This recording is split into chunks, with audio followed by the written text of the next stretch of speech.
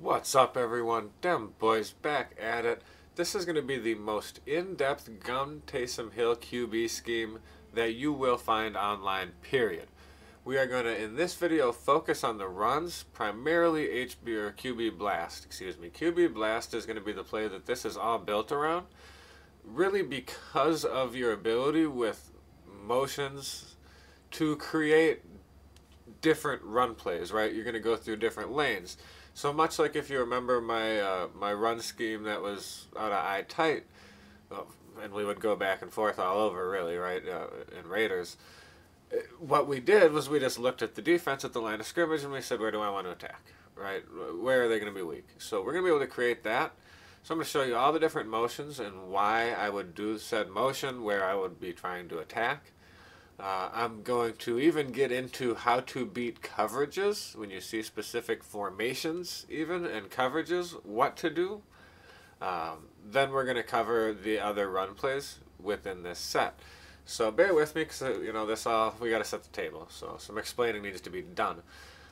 The reason I chose this, a few reasons. First, we got the Golden Ticket Mike Vick coming out today. So I know, you know, as more of these gold ticket running quarterbacks come out, we're going to see more and more people again switching back to the running quarterbacks. So here is a great little scheme you can run with said quarterbacks.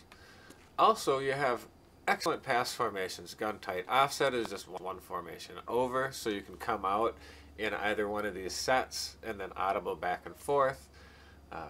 It's just the Saints playbook is a good balanced playbook. So let's get into the different motions and why we would motion them. So the first motion that I want to show you guys is going to be a motion that I would use to try to catch this edge, or potentially, if there is an overload of defenders in this area, try to get some extra blocking in there. So what we were going to do there is I'm going to motion Brown in.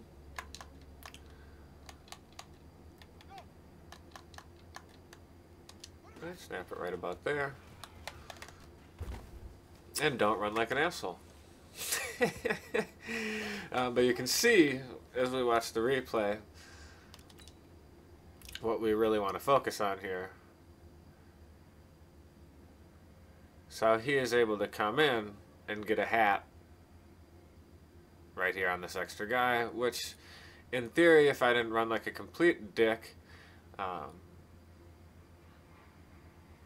you can see how you then get the edge. You've now got 11 downfield blocking, right? So that's why we do that. We're not going to dwell on the fact that I ran like an asshole, right? Okay, so the next motion that I would focus on would be dragging this guy across. Now, this is kind of a twofold. I do this.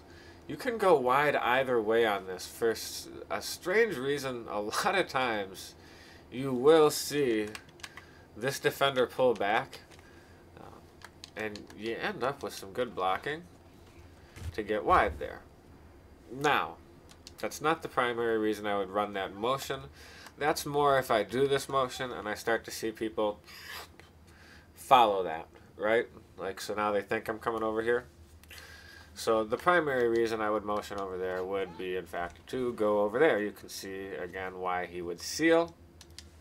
So again, if they overreact to that, you can go the other way. If they overreact.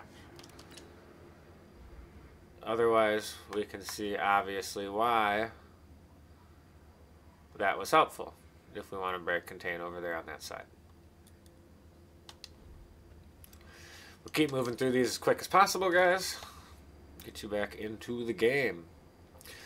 So, the next motion that I would do would be if I wanted to run to the left. Move the tight end across the line. Now, if they overreact, you will usually have a hold between the center and the guard over here, if they overreact. Otherwise, what you're going to do is you're just going to kind of follow right over. We're going to have to run that one back one more time just because that didn't work how you want it to at all. For no good reason other than it's Madden.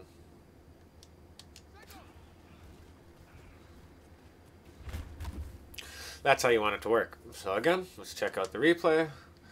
Try to get through this as quick as possible. Again, guys, please stick with it because we're going to give you a lot of useful information. I will try to go quick. So you can see we get him over. Boom. He seals that edge. He creates this lane. 21 did a real good job of getting in my way and trying to screw the whole mess up. But you can see, obviously, where that motion would be helpful. Now, you can always just not, and I'm going to get into what I'm doing with the rest of this. You see me on the center. The other thing is you can just straight up not motion, right? And just kind of read what happens on defense. Again, I'm running like an idiot to the outside. I'm so used to having a good blocking tight end. My angles are different, and that angle works for me. So bear with me on that. But yeah, that's your option too. You don't need a motion at all. If I don't motion at all, that is typically where I'm trying to go. With no motion, you're going to be running to the right. Run to the left is going to be tough, as you can see, without a motion. So do note that. If you want to go to the left, you're going to need to motion the tight end or Roberts, the slot receiver here. Your other option would be you could go ahead and move Snead in. God, that running back has a terrible speed for this. Just the exact wrong speed and stats and lead block to go left. Truly the absolute worst for it. We'll get into my lineup too, guys. But that can give you a lane over there. Also, as you see, it moved this slot defender over here in front of Roberts in a bit. So that can, as well, help you to take this edge. Either way. So that's another universal motion. I motion that guy in, and then I'm just going to be looking for either edge, right? Now, if people are kind of sitting out wide on you a bit, and you're just kind of trying to run up the middle, my best tip for that is really just to kind of watch your O-line. Where do they go? So I got no movement. I didn't really have anywhere to go, right? So let's run this back.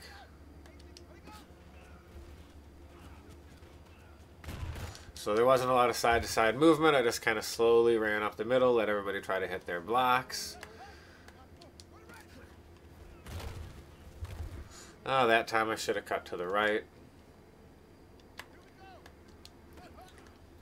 So that time you see my line kind of went to the right. We'll watch the replay. So you can kind of see.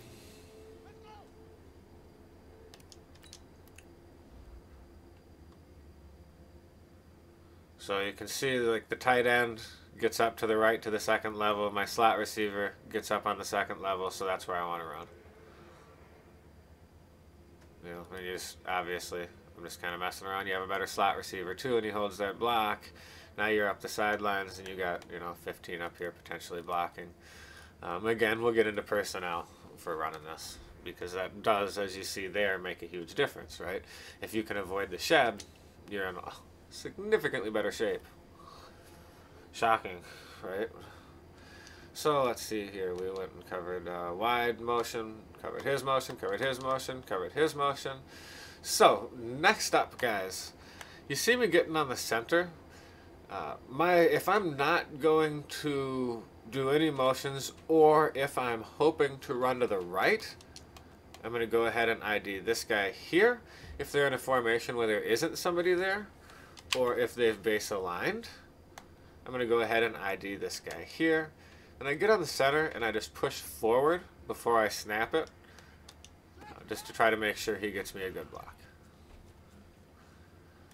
If there's nobody lined up over him, that will help him get to the second level as well and go hit a linebacker or a safety. And it really just seems to align the blocking very, very well. Now, the next thing that we want to talk about here is flipping the play. Why, where, when, how, right? When we flip the play. So if I'm facing cover 3 and I see this safety's down here in a purple or even base aligned, so they come out and they base align, that I see this safety go up, that means he is the one who was on the purple. Really, if I face any kind of a cover 3 in a perfect world, I'm just going to go ahead and flip it, and I want to run it at the back side of a cover 3. Alright? Reason being, we know how purples handle outside runs really well. Well, now their purple is down here on the line where my tight end can go ahead and block him, versus if he's up here crashing down, especially, you know, because he's a base of line, so his first motion is going to be down, that's going to be a little more problematic for us. So this is a great way to try to take advantage of cover 3.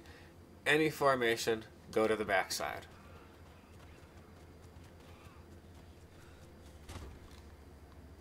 So let's check the replay on that. That is a very important part of this scheme, guys, is understanding when you see certain coverages, there really are some ways you can take advantage of that. So again, you can see now the purple gets handled. The safety, instead of coming down into the play and becoming a problem, as this safety is over here, right? He's actually rolling back. He's running away from the play. I don't want to make a play. I don't want to make a play. I don't want to. I don't want to. So, you know, and then of course, it's cover 3. The corner's dropping. So what you do is you create a situation where the entire back half of their defense is going to go ahead and run the wrong direction, with the exception of one guy who's got a tight end and a tackle right in front of him. Someone's going to go ahead and pick that guy up. So that is extremely important to note on cover 3. That's what we want to do. I'll be right back after I review my notes. Alright guys, so next we're going to focus on 3-3-5 wide and some common setups you might see. So you might just see like a, you know, standard cover 3, maybe they use the high safety or something like that. So against something like this type of a cover 3, I do not recommend flipping it backside, because you've just got an extra defender here. You're not really doing any good. So note that. I like to, when someone's using some type of formation to get wide, instead of miking this guy at 3-3-5, I'm going to go ahead and mic this guy. It's because we don't want him to get around the edge. You can still push off with the center if you know, this edge defender over here starts becoming an issue. Then don't do that. But typically you're going to be running, you know, somewhere around that type of a lane angle. Maybe they go wide, pinch, contain. So same thing, just make sure that guy's mic'd. And again, you're likely running that way. Now, if they are coming around that edge, doing a pretty good job of that on you, which can happen when especially when they go wide like that with that type of a setup, then, so again, make sure he's mic'd. Then I would just go ahead and motion Brown in, snap it with him there. I'll do that one more time. What ends up happening is it changes the blocking angles at the line of scrimmage, which will then give you a better chance of getting the edge.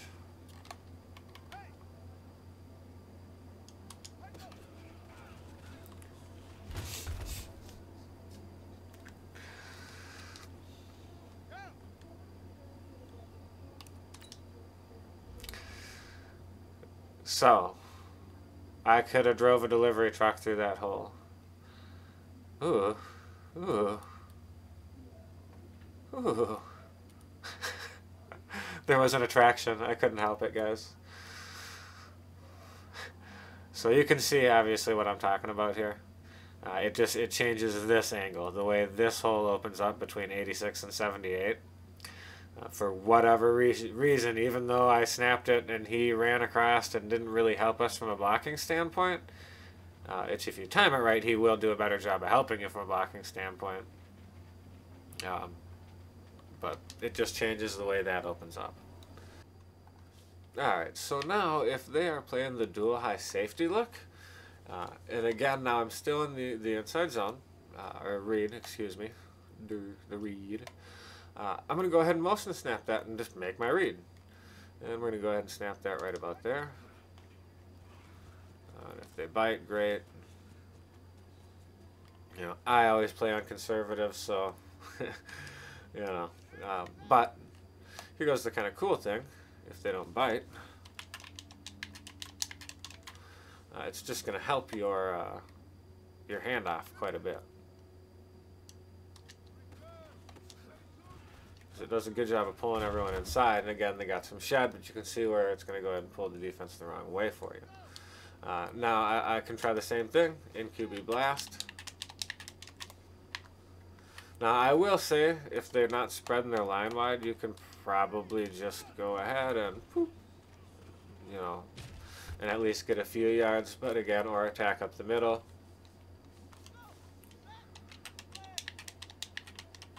You know, there's nothing wrong with attacking up the middle a bit, and maybe you even punt on a drive, but you just kind of keep people honest, and then they start to look, you know, and then you start to hit them outside and inside, and you just kind of want to keep people off balance with this stuff, guys. That's generally the idea. But, again, same deal. If I'm in QB blast, I can go ahead and run this same motion, and it's, you know, obviously works very well. So that's going to be another way, other than, of course, passing the ball when they do that. When they start to go to an extreme run defense, you can still beat it with this scheme. Alright, guys, so the last formation we're going to talk about is 1-4-6. Now, the reason we're going to talk about that is if you just come out and run this, I could have maybe made it through that hole, but odds are that's what happens. Someone whips right around the edge and blows you up in the backfield, or someone shoots a mid-gap and blows you up. Moral of the story, you're getting blown up in the backfield.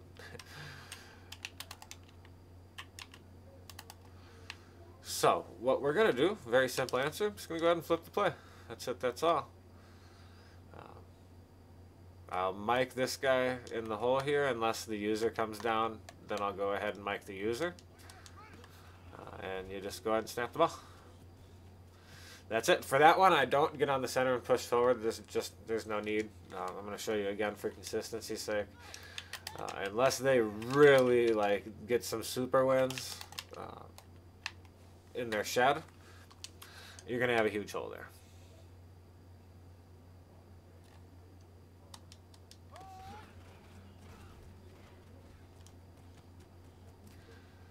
And yeah, essentially that's why, you know, I'll mess around with some of the other ones to see if there are some ways I can get them to defeat 1-4-6, but we don't need them to. Just use this. You've got it blown up completely. So the last thing that I want to talk about from a play standpoint is going to be the inside zone and where you're going to want to be. When I run inside zone, I want to run inside zone so they're running to the short side of the field. You know, obviously against something like this, they're going to get blown up. But so we'll just do like this. Doesn't really matter. Don't really care. The reason why is your receivers are going to do a better job of hitting blocks. So just when you run inside zone, try to make sure you're running that to the short side of the field. Not that you can't run it the other way. You're just going to have more consistent results running that towards the short side of the field. Let's go check the lineup out. So from a lineup standpoint, if you're in regs, I would recommend having Hayden Hurst inline, and I would actually take Mark Andrews and make him my slot receiver. If you have the option, Darren Waller is going to be your slot receiver. The reason that's important is you need to be able to trust that your slot receiver is not going to be getting shedded. If you run wide and say some safety like Jamal Adams is out there and he just sheds your slot receiver and pounds you, you're probably going to drop the ball. All right. That's just what it is. It's not going to end well for you. You don't want that. You need to be able to trust him. So that's why I really like having a tight end in the slot. Darren Waller is basically a receiver anyways. For him, I got in specialist was just cap I had left. And it is handy. He tends to run the routes in a way where he gets more yards too. And then really, though, this is what we need to have. We need to have post-flag elite and slot apprentice. So we can go ahead and get creative with some of our play design. Now, if you have that new Vick with Hot Route Master, well, you don't need Slot Apprentice, and you're really going to be able to run this scheme like crazy because you can do whatever you want. But you can imagine where this combination of things, once people start to bite up on the run, can be very helpful. On my inline tight end here, I had a little extra, so I put in-out specialist on Delaney Walker. You could have him one less tier powered up and it would be fine. You could have him without that and it would be fine. But obviously there's a reason I have him where I have him. Let's talk about the O-line. So when you start looking at these guys, I kind of had alluded to in the past, once you hit 94, so that's really where the break is. There, you know, there is a difference between a 92 and a 94, 95. There is not a difference between a 90 and a 92. That kind of a split. And this is kind of what I mean. So Ogden's my one low guy, which I love because I can save some cap on him. He's only 27 cap. He has 93 strength, 92 run block, 91 run block power, 90 run block finesse. But what you give up with him, so he's the great example of a guy who has it all from a run standpoint, but then he only has 89 pass block. So what you'll see is good defensive ends, especially maybe finesse or something like that. Those super wins will trigger a little quicker, or more often, and you can, you know, get those instant sheds where someone's right in your face just a little more frequently.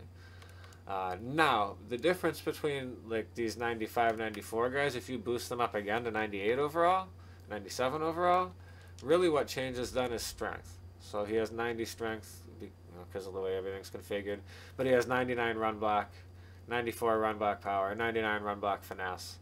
So from a run block standpoint, you can't get much better. The difference is minimal. Yeah, if you're in weekend league and stuff, you're running a scheme where you're going to be toting the ball, jack everyone all the way up, right? But if you're in salary cap, there's no need to have these guys any higher than this. You don't really want them any lower than this. So that's kind of your sweet spot. I do really recommend these guys. You could put Quentin Nelson in there if you wanted. Reason I don't have him in there, even though technically he's a better run blocker. I had him earlier in the year, the harvest powered up, and just thought he was kind of ass. That's that. So for wide receivers, you really just want good run blocking receivers, obviously. So for me, my primary targets through the air are going to be these two guys. So that's where I'm going to save some money on salary. But again, good run blockers. So, you know, just make sure you're checking out, go on Muthead and check out what receivers are the best run blockers, and go ahead and get those guys out there. Moving forward, the running back, fullback thing, if you're in, you know, playing weekend league, head-to-head, stuff like that, you don't have a cap to worry about. Crank Franco all the way up, or maybe even Christian Okoye. Just understand that the running back becomes your lead blocker in this scheme when you run the Taysom Hill QB Blast. So it does make a difference having a guy who is capable of blocking. What running backs will sometimes do is run right past the linebacker and go hit the safety, which is never going to become a problem because you just got smeared by the linebacker that he ran right past in the hole. So having a guy like a Franco or a Christian Okoye will limit that. Then you don't have as good of a running back, obviously. But for this scheme, I do really feel that that is the best way to go. And you could alternate, you know, if you have a running back you like as well. Maybe you have Barry Sanders with human joystick and you want to run the option stuff in the inside zone. Cool, knock yourself out. Maybe you switch them back and forth a little bit. Either which way, so it's not obvious. Maybe the opponent thinks you're just giving him a blow. So note that. The last thing is obviously you need to have fast break on your quarterback. So I have Lamar with just fast break.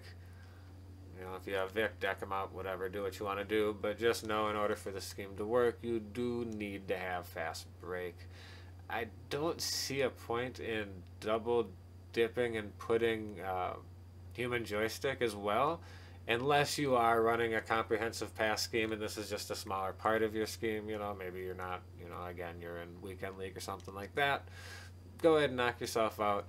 But if you're in salary cap, I don't see a point in trying to build a team where you put 400 cap into a quarterback to run this scheme. So that having been said, like, comment, most importantly, subscribe.